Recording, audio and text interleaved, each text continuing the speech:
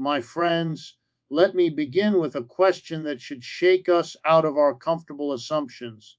What happens when two great powers, one rising, one clinging to its dominance, collide? Not directly, but in the contested spaces of nations caught in the middle. That is precisely the question before us today when we ask whether China will defend Venezuela and what a U.S. military clash in that region could really mean.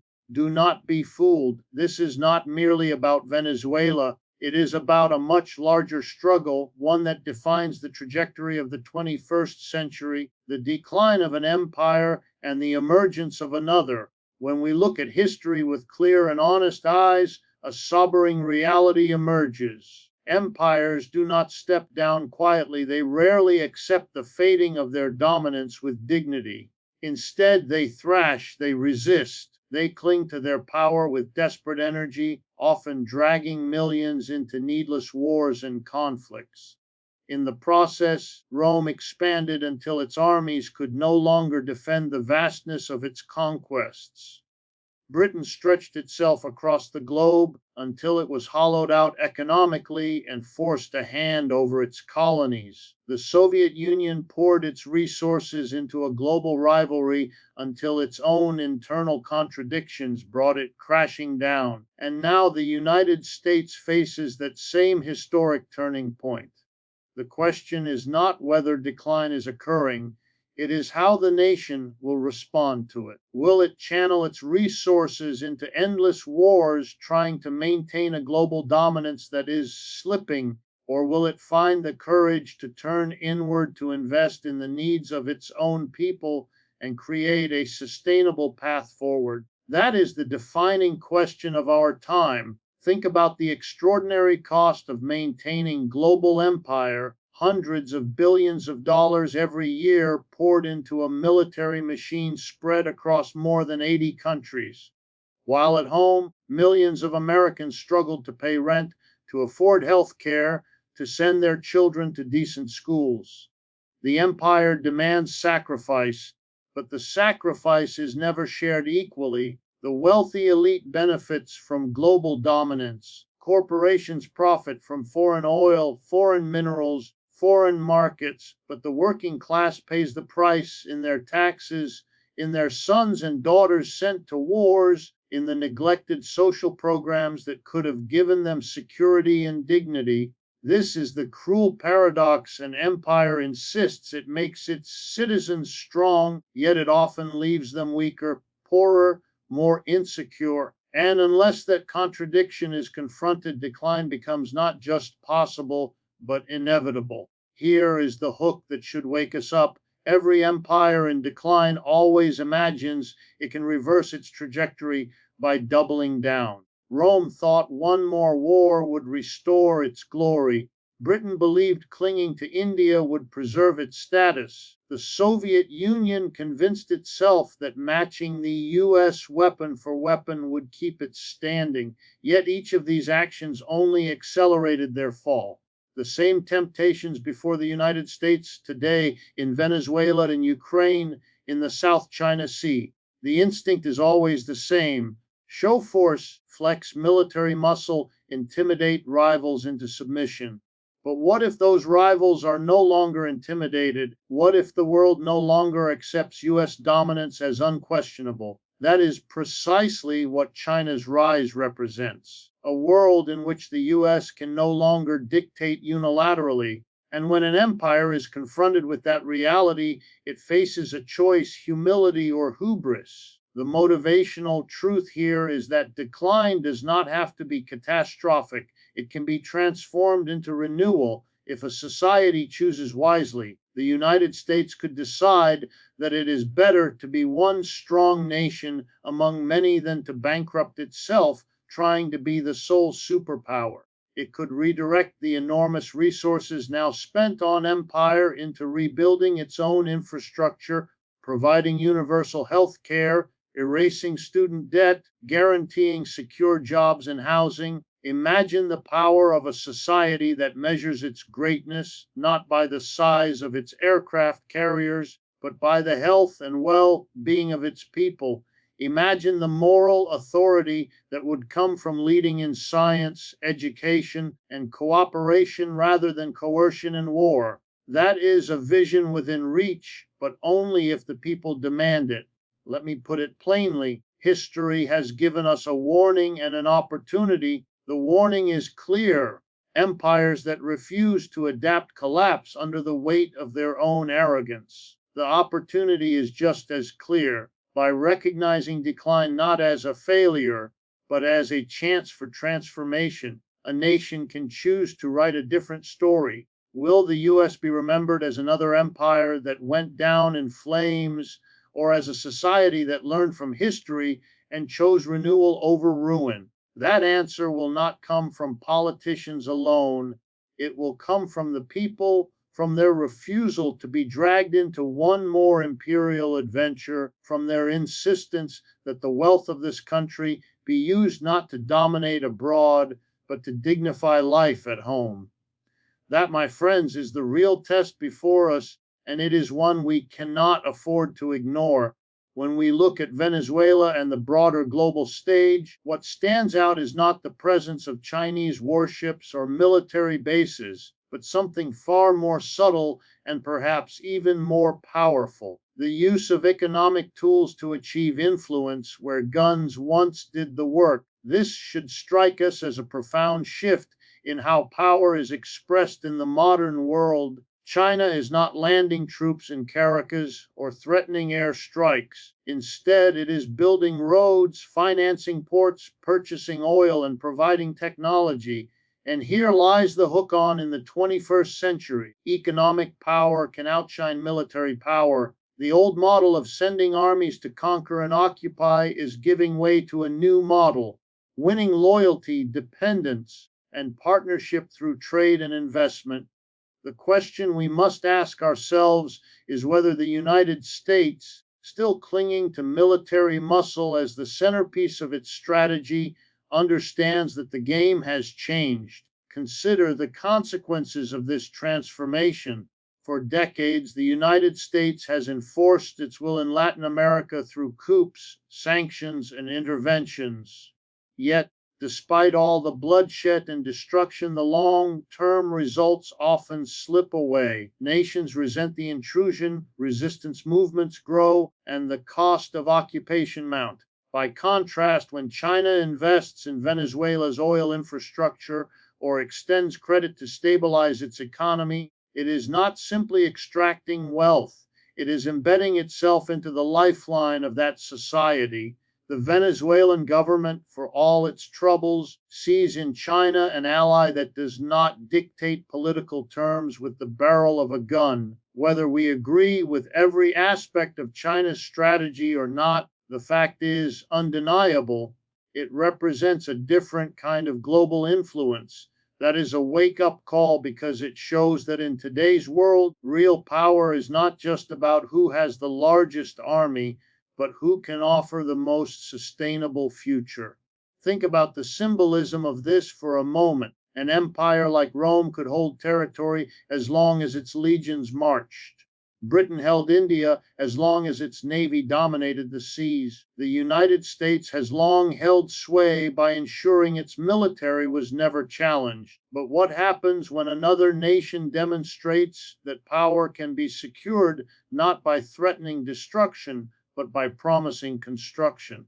Here is the hook. In a world hungry for development, for jobs, for stability, people may choose the builder over the bomber. And when that choice becomes widespread, the entire balance of global power tilts. Now ask yourself, what does the United States offer Venezuela today? Sanctions that its economy, isolation that deepens suffering, threats of intervention that provoke fear rather than trust. Meanwhile, China offers loans, infrastructure, and access to markets whose approach is more likely to win allies, whose influence is more likely to endure. This is not to romanticize China or to ignore the strings that may be attached to its loans and investments, but it is to recognize that the methods it employs align with the basic needs of society's food, jobs, energy, stability. If power rests on the ability to shape lives, then economic tools are proving to be more effective than bombs. This is where the motivational lesson strikes home. For too long, we have been told that military might equals safety, that endless defense budgets are the price of security. But what if the true strength of a nation lies in its ability to uplift rather than to destroy? Imagine a United States that redirected its vast resources into building renewable energy at home and abroad, into developing medical technology, into solving global hunger. Imagine the moral authority and influence that would come not from fear of our weapons, but from admiration of our achievements. That is the choice before us: cling to a fading military first model of empire, or embrace the reality that in this century economic and social development shape the real battlefields of influence. History will remember which path we take. If we continue to believe that power is measured by aircraft carriers alone, we will watch our influence erode as other nations step in with offers that people actually need. But if we learn that true strength in this century is measured by the capacity to solve problems, create opportunities, and build partnerships, then decline can be reversed into renewal. The hook is simple yet profound. The future will belong not to those who intimidate the world, but to those who inspire it. When we speak about conflict, sanctions, and military clashes, the language of leaders and officials often makes it sound abstract, strategic, even clinical. But the reality underneath that language is anything but abstract.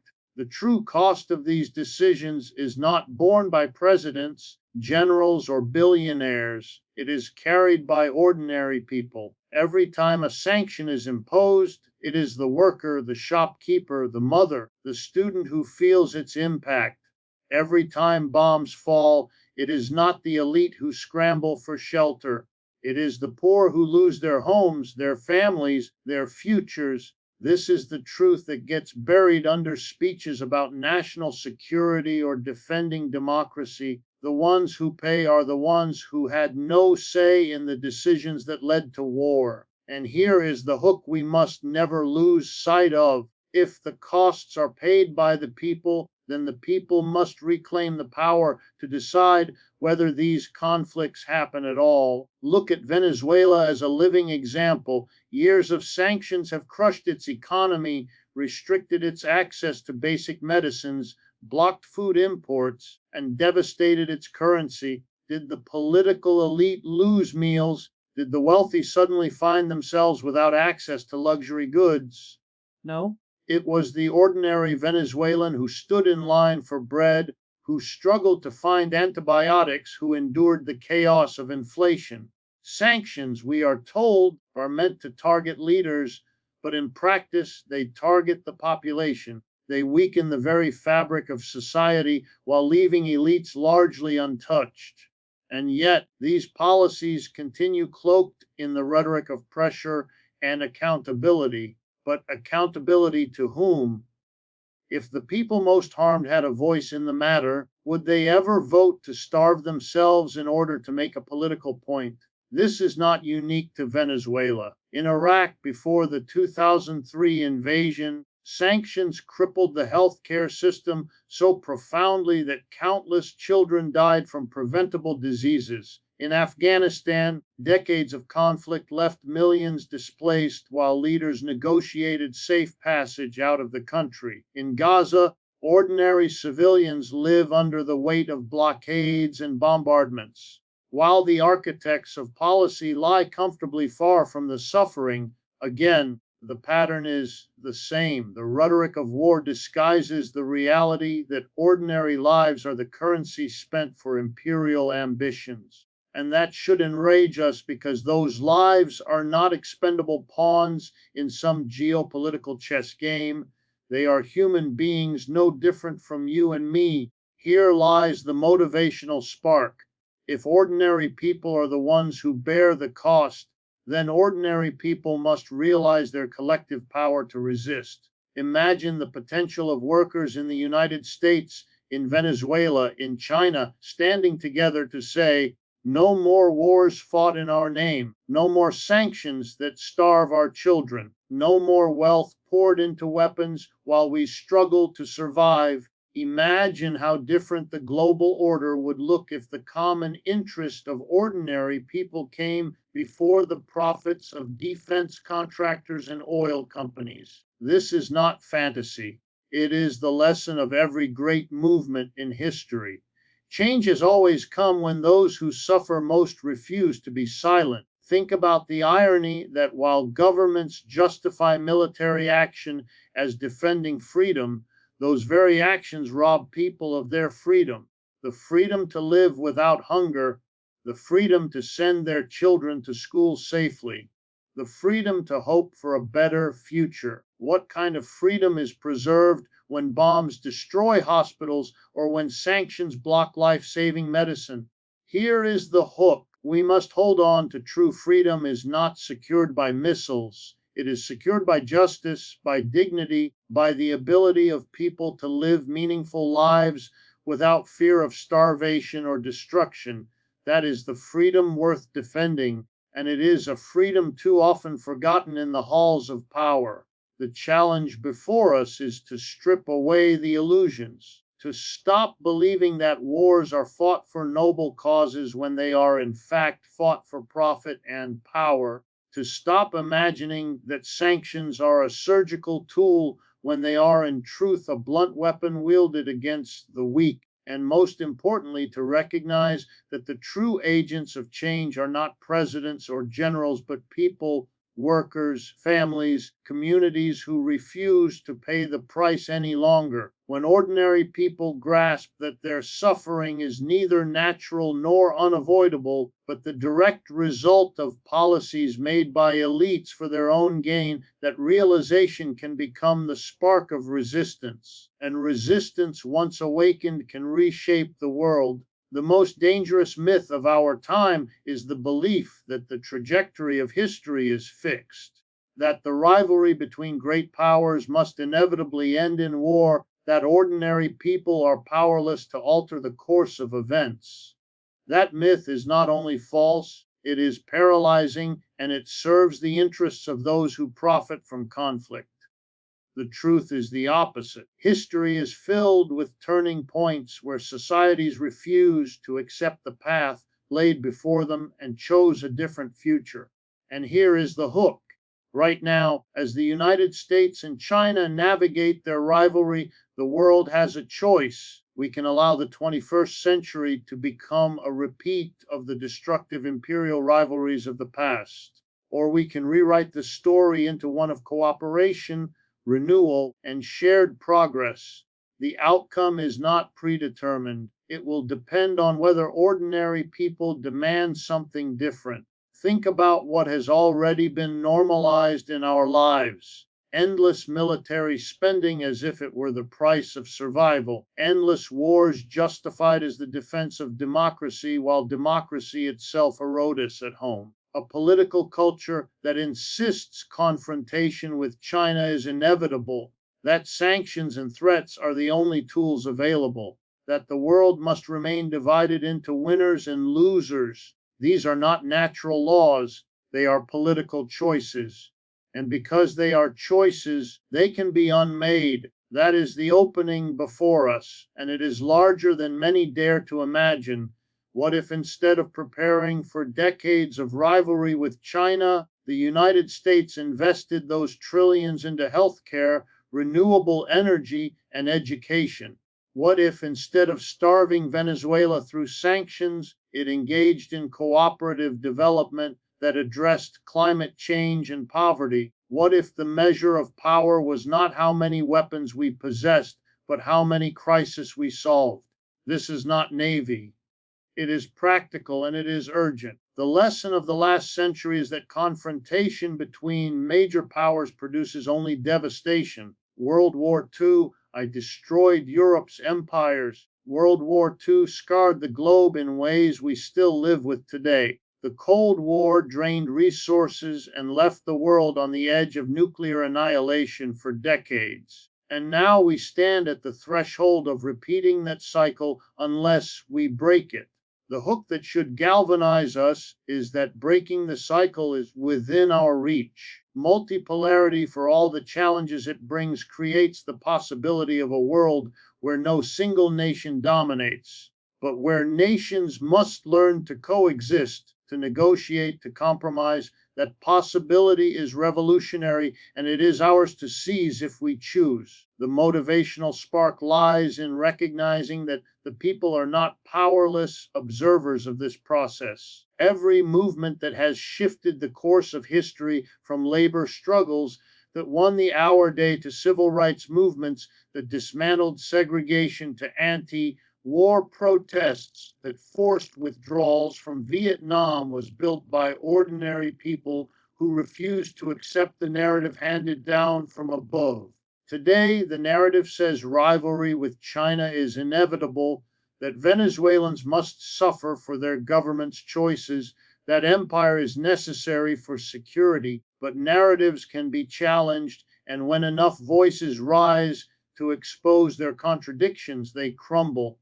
That is where the real power of society lies. Imagine a century defined not by war, but by cooperation. Imagine US and Chinese scientists working together on climate change solutions instead of competing for dominance in fossil fuel markets. Imagine resources flowing into eradicating poverty rather than stockpiling weapons. Imagine international institutions redesigned not to serve the interests of the most powerful, but to elevate the needs of humanity as a whole. These possibilities are not fantasies. They are within the realm of what our resources, our technology, and our knowledge already allow. The obstacle is not capacity, it is will, and will can be reshaped by people who refuse to accept decline into conflict as destiny. Here is the final hook that should stir us. The 21st century will be written, but not yet.